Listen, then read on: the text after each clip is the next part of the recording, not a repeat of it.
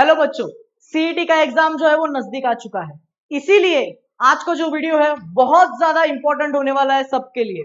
इसमें मैं बताऊंगा कि हर एक स्टूडेंट जो है वो 99.99 परसेंटाइल जो है वो किस तरीके से स्कोर कर सकता है।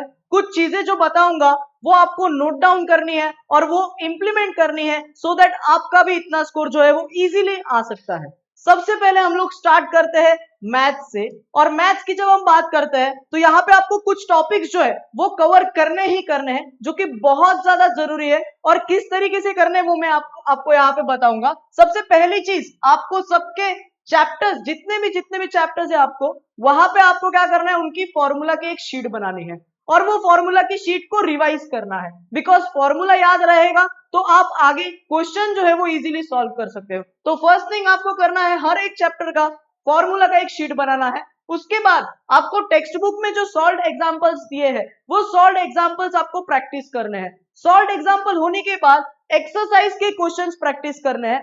एक्सरसाइज हो जाने के बाद आपको मिसलेनियस के क्वेश्चंस जो है उनको नोट डाउन करना है, एक बार देख के लेना है। बिकॉज कुछ टाइम क्या होता है, एमसीक्यूज जो होते हैं वो मिसलेनियस में से भी आते हैं। तो जहां पे भी आपको एमसीक्यूज दिखेंगे मिसलेनियस में, वो सारे के सारे मिसलेनियस के एमसीक्यूज आपको कवर करने हैं। एंड में मैं बताऊंगा कि क्वेश्चन कहां से उठाने हैं और कैसे क्वेश्चंस को अपने को प्रैक्टिस करना है। मैथ्स का हो जाने के बाद हम लोग आगे जाएंगे और डिस्कस करेंगे फिजिक्स, केमिस्ट्री एंड बायोलॉजी को किस तरीके से आप डील कर सकते हो। तो फिजिक्स में आपको क्या करना है, बहुत ही इंपॉर्टेंट चीज, टेक्स्ट बुक रीडिंग करना है। क्या करना है, टेक्स्ट बुक रीडिंग। फिजिक्स ही ऐसा सब्जेक्ट है जहां पे आपको थ्योरेटिकल क्वेश्चन भी आएगा और न्यूमेरिकल क्वेश्चन भी आएगा। सो थ्योरेटिकल क्वेश्चन को अपन लोग को स्ट्रांग बनाना है तो अपने को टेक्स्ट बुक रीडिंग करना बहुत जरूरी है। तो पहली चीज आपने फिजिक्स में कर ली text book reading.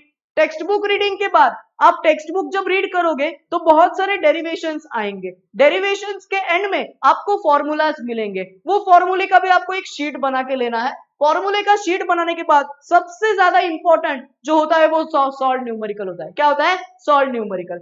Solve numerical की प्रैक्टिस करो, अच्छे तरीके से फॉर्मूला क्वेश्चन को समझो। उसके बाद आपको करना है टेक्स्ट बुक के टेक्सचुअल न्यूमेरिकल्स। टेक्सचुअल न्यूमेरिकल्स हो जाने के बाद आपको दो तरीके के क्वेश्चंस जो होते हैं वो टेक्स्ट बुक में ही पूछे जाते हैं। That is can you recall and do you know. ये जो can you recall and do you know होता है उसी में से max to max theoretical questions जो होते हैं वो बनते हैं।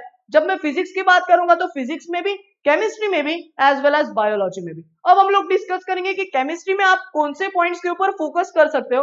तो फर्स्ट थिंग सब में जो कॉमन है that is your text book reading. Text book reading is must. CET का एग्जाम देने जाओगे तो आपको जो थियोरेटिकल सब्जेक्ट है, फिजिक्स हो गया, केमिस्ट्री हो गया या बायोलॉजी हो गया, ये तीनों सब्जेक्ट के अंदर आपको अगर शुरुआत करनी है तो टेक्स्ट बुक रीडिंग से ही शुरुआत करनी है। बिकॉज टेक्स्ट बुक रीडिंग के बेसिस पे अपने बहुत सारे कंसेप्ट भी क्लियर होते हैं और उसके बेसिस पे थ्योरेटिकल क्वेश्चंस भी जो होते हैं वो सॉल्व होते हैं। तो फर्स्ट थिंग आपको करनी है टेक्स्ट बुक रीडिंग। उसके बाद जो फिजिकल केमिस्ट्री है उसमें बहुत सारे फॉर्मूलाज होते हैं, वो फॉर्मूले का एक शीट बना लो। फॉर्मूले का शीट बनाने के बाद टेक्स्ट बुक के अंदर जो सॉल्व न्यूमेरिकल्स है उनका एक बार प्रैक्टिस कर लो। सॉल्व न्यूमेरिकल होने के बाद टेक्सचुअल न्यूमेरिकल का प्रैक्टिस कर लो।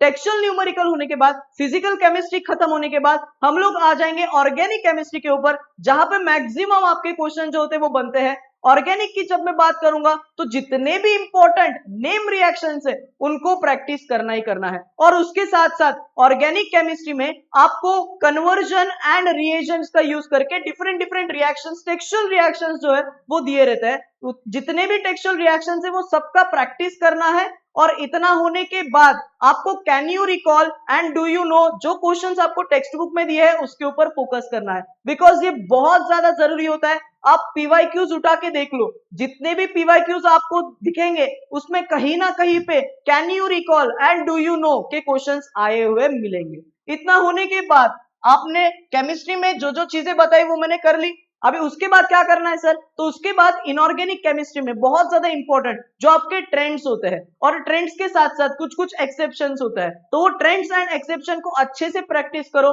आयोनाइजेशन एंथैल्पी का ट्रेंड होता है, एटॉमिक रेडियस का ट्रेंड होता है, आयोनिक रेडियस का ट्रेंड होता है, इलेक्ट्रोनेगेटिविटी का ट्रेंड होता है। ये जितने भी ट्रेंड्स आपको दिखेंगे एस ब्लॉक में रहेंगे, पी ब्लॉक में रहेंगे, पीरियोडिक टेबल में रहेंगे, जितने भी ट्रेंड्स आपको दिखेंगे एक पेज पे लिख लो और वही पेज को आपको बार बार जो है वो रीड करना है। ठीक है, ये हो गया फिजिक्स का, केमिस्ट्री का। अब हम लोग बात करेंगे बायोलॉजी की। तो बायोलॉजी में भी सबसे पहली इंपॉर्टेंट चीज टेक्स्ट बुक रीडिंग ही है।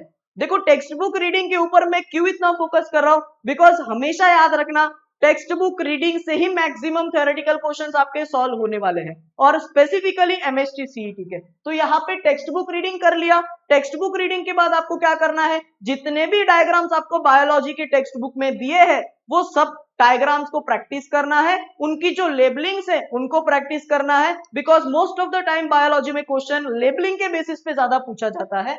इतना होने के बाद आपको जो सॉल्व क्वेश्चंस दिए हैं, मतलब टेक्स्ट बुक में ही आपको बहुत सारे सॉल्व क्वेश्चंस दिए हैं, उनको प्रैक्टिस करना है, उनको रीड करना है, उनको समझना है। एंड आफ्टर दैट आपको टेक्सचुअल जो वन लाइनर्स होते हैं टेक्स्ट बुक के पीछे जितने भी एमसीक्यूज आपको दिए रहेंगे या फिर वन सेंटेंस दिए रहेंगे उनको रीड करना है, उनको बाय हार्ट करना है। एंड सबसे ज्यादा इंपॉर्टेंट मैंने यहाँ पे फोकस किया हुआ है maximum text book reading.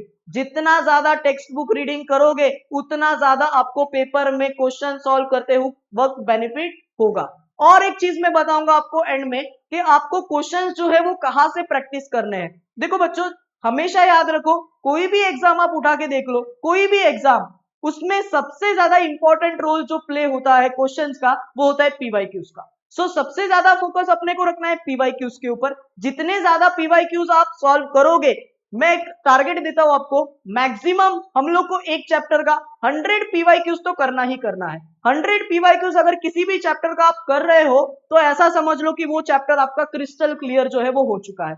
100 MCQs का टारगेट किसी भी चैप्टर का मिनिमम 100 एमसीक्यूज होना ही चाहिए। अगर 100 एमसीक्यूज नहीं कर रहे हो दैट मींस वो चैप्टर आपका पेंडिंग है, वो चैप्टर आपका कंप्लीट हुआ नहीं है, बैकलॉग में है, और वही आपको आगे जाके दिक्कत देगा। So focus on your PYQs के ऊपर फोकस करो। पीवाईक्यूज हो जाने के बाद आपको सबसे ज्यादा इंपॉर्टेंट सीईटी के एग्जाम में होता है मॉक टेस्ट। क्या होता है? Mock test. जितने ज्यादा मॉक टेस्ट सॉल्व करोगे उतना ज्यादा आपको बेनिफिशियल होगा। अभी होता क्या है, बच्चे जो होते हैं वो मॉक टेस्ट एक भी सॉल्व नहीं करते हैं और डायरेक्टली सीईटी के पेपर में जाके सीईटी का पेपर देते हैं। अब मुझे सिंपल सा लॉजिक बता, अगर उसने फर्स्ट टाइम अगर मॉक टेस्ट घर पे दिया है, प्रैक्टिस करते वक्त दिया है, और उसका स्कोर अगर 80-90 के आसपास आ रहा है, राइट, तो वो इंक्रीज करने का स्कोप है ना उसके पास, वो आगे कंटिन्यू मॉक टेस्ट देता रहेगा तो 80-90 का कन्वर्जन 140, 150, 160 में वो हो सकता है। लेकिन अगर कोई पर्सन, कोई एक स्टूडेंट वो डायरेक्टली सीईटी के पेपर में जा रहा है तो मुझे पता वो तो उसका फर्स्ट टाइम हो गया ना, और वो फर्स्ट टाइम वो हो गया तो मतलब वो 80-90 के आसपास ही अपना स्कोर लाएगा, जिसकी वजह से परसेंटाइल जो है वो नीचे गिर जाएगा। सो बेटर है जितने ज्यादा मॉक टेस्ट आप सॉल्व कर सकते हो उतने ज्यादा मॉक टेस्ट आपको सॉल्व करने हैं। और मॉक टेस्ट आपको कहां पे मिलेंगे? सो अपना एक ऐप है C10 डिजिटल करके, C10 डिजिटल में आप अगर जाओगे तो वहां पे आपको 2 बैचेस मिलेंगे, एक रहेगा पीसीएम के लिए, एक रहेगा पीसीबी के लिए। आपके लिए मैं पीसीएम एंड पीसीबी के लिए वहां पे आरंभ बैच करके एक बैच है, वहां पे आपको बैच कोड डालना है और वो बैच कोड डालने के बाद वो आप ऐप में एनरोल हो जाओगे, बैच में एनरोल हो जाओगे और वहां पे आप जो है वो फ्री मॉक टेस्ट जो है वो अटेंड कर सकते हो, जिसकी वजह से आपको अपना स्कोर, अपना रिपोर्ट कार्ड जो है वो मिलेगा and you can analyse your self, your score, कि आप अपने स्कोर को किस तरीके से बूस्ट कर सकते हो। इतना ही नहीं, तो हम लोग का जो C10 एजुकेयर का चैनल है वहां पे हम लोग ने free live chapters, live session जो है वो हर एक चैप्टर के लिए आपके लिए बनाए हुए हैं। आप वहां पे जाके अटेंड कर सकते हो। कहीं पे भी अगर आपको डाउट आया तो कमेंट सेक्शन में आप पुट कर सकते हो। हमारे ऐप में भी अगर आप चैट सेक्शन में जाके वहां पे डाउट पुट करोगे तो वहां पे आपको आंसर जो है हमारी एक्सपर्ट फैकल्टीज जो है वहां पे आपको देंगे ही देंगी। ऑल द बेस्ट बच्चों, अच्छे से फोकस करो, जितनी चीजें मैंने बताई है उतनी चीजें अप्लाई करो अपनी प्रिपरेशन में, 100% आपका रिजल्ट जो है वो आएगा ही आएगा। Thank you so much.